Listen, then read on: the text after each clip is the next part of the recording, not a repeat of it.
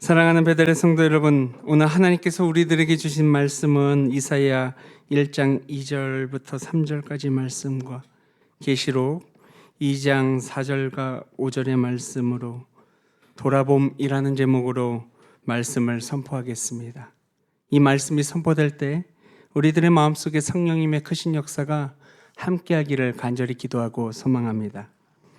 여러분, 결혼을 한 지 한 30일, 한 달, 30일 된 막개가 쏟아지는 부부와 결혼을 한 지 한 30년 된 부부에게 묻습니다.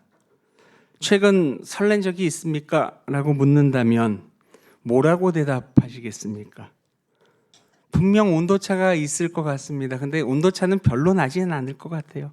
요만큼, 조금. 대부분 멋쩍게 웃겠지요. 신혼부부는 무슨 소리입니까? 하겠지만 30년 된 부부에게는 그래, 그때는 그랬어 라고 이야기할 수도 있습니다. 그리고 옛 일을 회상하겠지요. 서로의 이름을 부를 때도 있었고, 또 한때는 지금은 설렘보다 이름보다는 누구의 엄마, 심지어 어떤 집사님들께서는 어이 이렇게 부르시는 분들도 계신 것 같습니다. 이 모습을 보면서 한편 이런 생각을 해봅니다. 우리의 신앙도 비슷하지 않을까라는 생각을 해봅니다. 내가 처음 예수를 믿고 뜨거움이 북받쳐 오를 때, 눈물로 회개하고 찬양 한 곡이 나의 가슴을 뛰던 그때, 그리고 내가 방언을 받고 그 입이 멈추지 않아서 베란다에서 미친 사람처럼 혼자 기도하고 있었을 때, 그 시절, 그때가 있었지 않았습니까? 주님 사랑합니다 하면서 교회의 큰 대문만 봐도 행복했던 그 시절, 금요일만 되면 토요일에 교회에 와서 무슨 사역을 할까 두근대던 그 시절. 그런데 어느새 변했습니다. 아니, 무뎌졌습니다. 이제 어떠한 말씀을 갖다 대도 간격은 사라졌고 감흥은 없어졌습니다. 예배는 꾸역꾸역 드리고는 있지만 마음이 식어버린 나를 바라보게 됩니다. 식은 마음을 가진 채 우리는 하루하루를 살아가고 있지요. 계시록 2장 4절의 말씀처럼 너의 처음 사랑을 버렸느니라. 이 말씀이 어떻게 보면 단순한 지적일까요? 아닙니다. 사랑의 관계가 깨져버렸다는 것이죠. 이 시간 우리의 마음에 지금 무엇이 부족한지, 무엇이 깨졌는지 이 시간 말씀을 통하여 나를 바라보고 무엇을 돌아봐야 하는지를 한번 나를 점검하는 귀한 시간이 되기를 소망합니다. 오늘 말씀을 봅니다. 내가 자식을 양육하였거늘 그들이 나를 거역하였도다. 여러분, 이 말씀이 그냥 단순한 주님의 한 번의 꾸중일까요? 부모가 우라가 터지는 마음 아닐까요? 하나님은 이스라엘을 죄인으로 보지 않았습니다. 그들을 버려야 할 대상으로 세상은 바라볼 수도 있었지만 주님은 절대로 그러지 않으셨어요. 한때 품에 안고 젖먹이던 나의 자식이었습니다. 내가 너희를 그렇게 키웠었고 내가 너희 손을 붙잡아 광야를 함께 걸었다. 근데 이제 너희가 나를 모른다 한다. 어쩌면 이사야의 그 간곡한 절규가 지금의 이야기입니다. 여러분, 집에서 키우는 강아지나 고양이도요, 자기 주인의 손을 기억하고 있습니다. 그 주인의 냄새를 기억하고 있어요. 먹이를 주는 그 손, 자신을 쓰다듬었던 그 손길을 기억하고 있다는 거예요.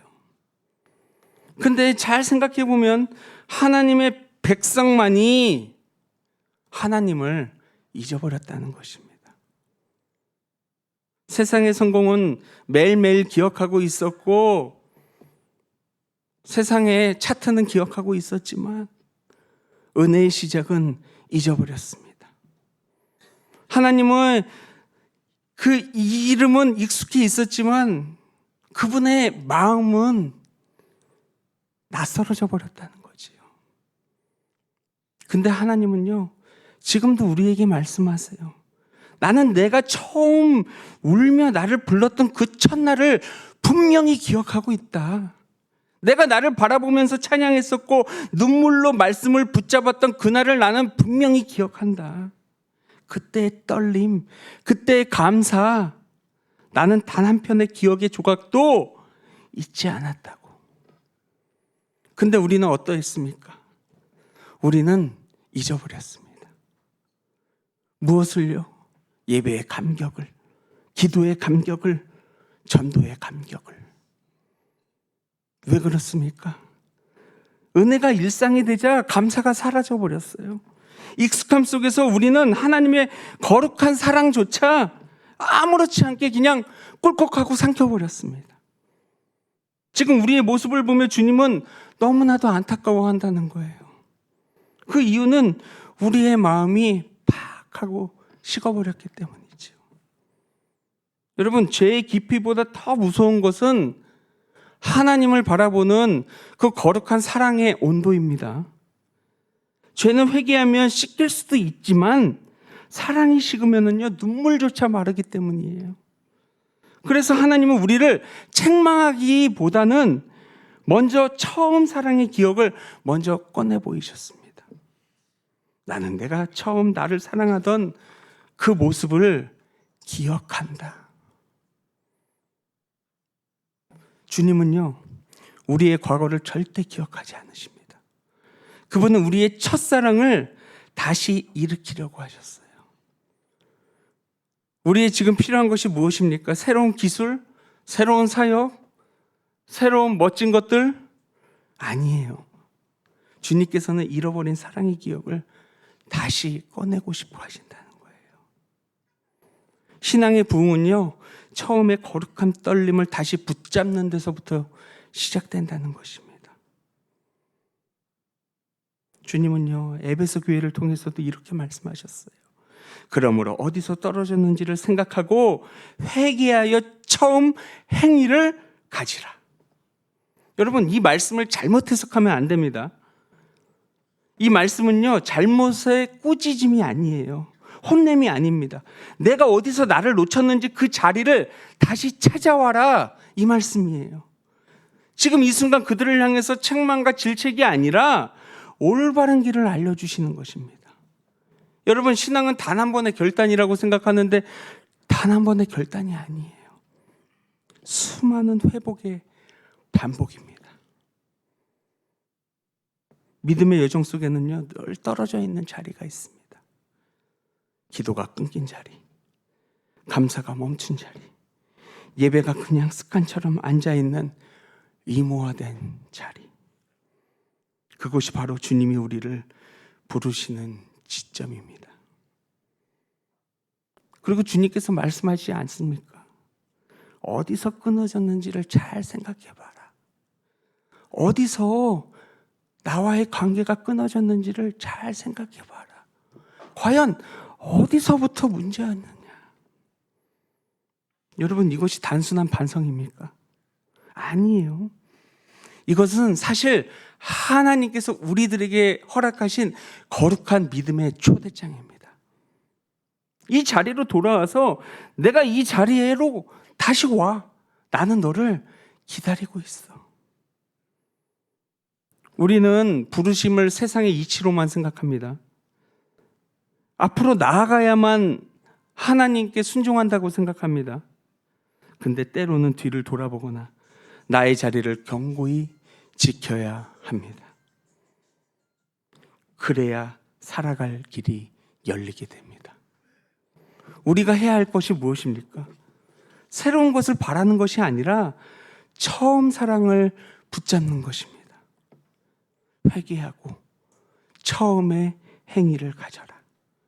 여러분, 이 말씀은요, 사랑으로 회복하고 행동하기를 원하는 주님의 거룩한 뜻입니다. 처음 시작에는 사랑에 넘쳤던 기도가 있었잖아요. 근데 지금 기도는 어떻습니까?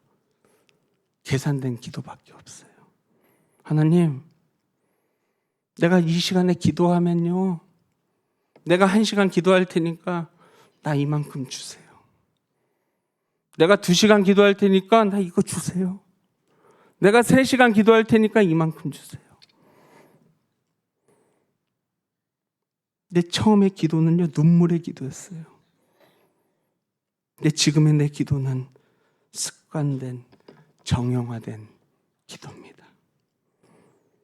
처음에 내 기도는 눈물의 기도였어요. 두 손만 꼭 잡고 눈만 감으면 하나님만 생각하면 절절절 눈물이 내렸어요. 근데 지금은 시간을 채우기 위한 기도일 뿐입니다. 내 처음의 전도는 기쁨이었어요. 예수 믿으세요. 예수 믿으세요. 이 한마디가 내 기쁨이었는데 지금의 나의 전도는 부담밖에 없습니다. 근데 주님은 말씀하셨어요. 다시 사랑으로 움직여라. 내가 너를 처음 부르던 그 자리로 돌아가리라. 여러분, 여러분의 그 기쁨과 사랑과 감격의 자리를 다시 한번 찾기를 원합니다. 처음 그 마음을 찾기를 원합니다. 세상의 영광의 때가 아니라 하나님 보시기에 진짜 전성기를 찾기를 원합니다. 아직도 늦지 않았어요. 주님은 그 기회를 지금 이 순간에도 허락하십니다. 예전에 한 농부가 있었어요. 그는 새벽마다 밭으로 갑니다.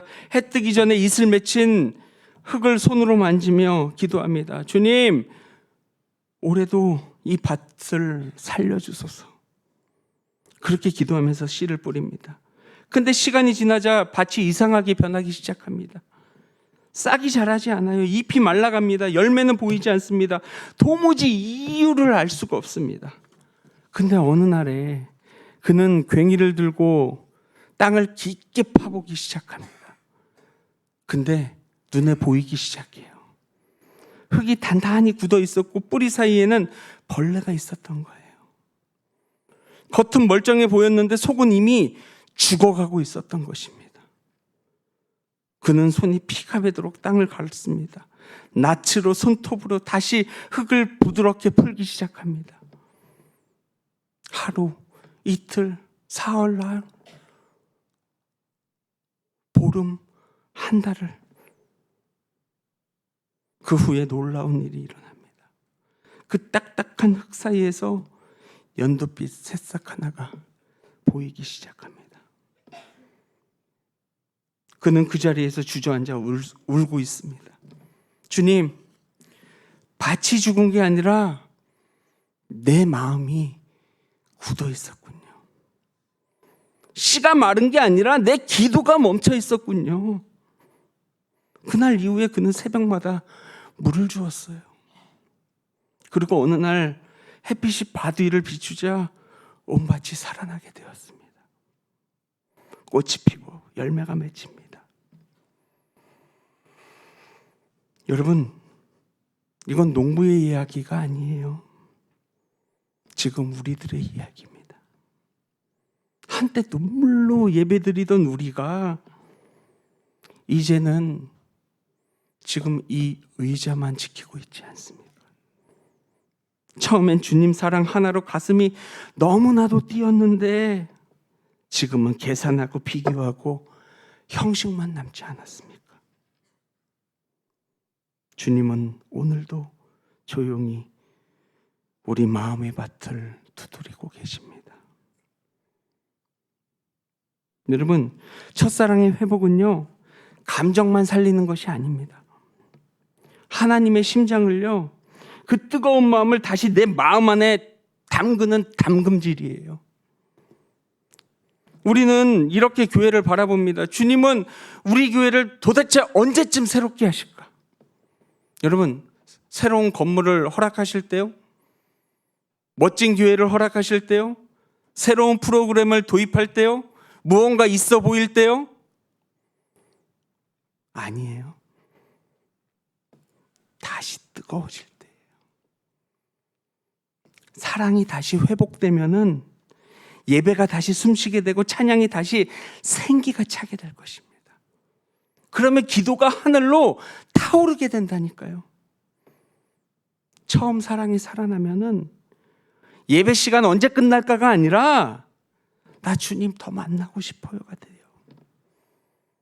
전도는 해야 될 일이 아니라 하지 않으면 견딜 수 없는 일이 되는 것입니다. 첫사랑이 회복되면은요, 교회 일들이 프로그램으로 움직이지 않습니다. 사랑으로 움직이게 됩니다. 그 사랑이 교회를 움직이는 에너지가 되는 것이고 교회 부흥을 일으키는 거룩한 심장의 엔진이 된다는 것이에요. 교회가 그동안 수많은 풍파가 있었어요. 말도 안 되는 일들이 있었어요.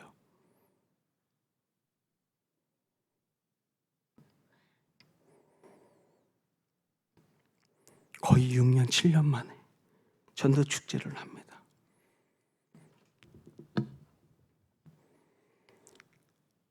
사람을 모으는 일이 아니라 이 시간은 마음을 회복하는 시간이 됐으면 좋겠어요. 주님을 잃어버린 한 영혼을 찾기 위해 주님께서는 하늘의 영광을 버렸습니다. 그 사랑 지금 우리 안에 있으십니까? 주님은 지금도 우리에게 물으시죠. 너는 나를 사랑하느냐? 저는요, 이 질문에 숨지 않을 수가 없는 것 같아요. 여러분, 주님을 사랑한다는 그 작은 고백이 부흥의 시작이에요. 하나님은요, 능력보다 사랑의 자리를 찾으십니다. 하나님은 자리의 빛남보다 뜨겁고 열정적인 마음을 원하세요. 한 사람 한 영혼을 통해서 교회는 다시 불붙을 것이고 다시 생기를 찾을 것입니다. 사랑하는 여러분, 불은요, 한 사람의 결단에서부터 시작됩니다. 여러분들의 눈물 한 방울이 우리 교회 전체를 살리게 됩니다. 저는 이번 전도 축제가 그렇게 시작될 줄 믿습니다. 먼저 내 마음을 회복하세요. 먼저 내 마음을 회복하세요. 먼저 내 마음을 회복하세요.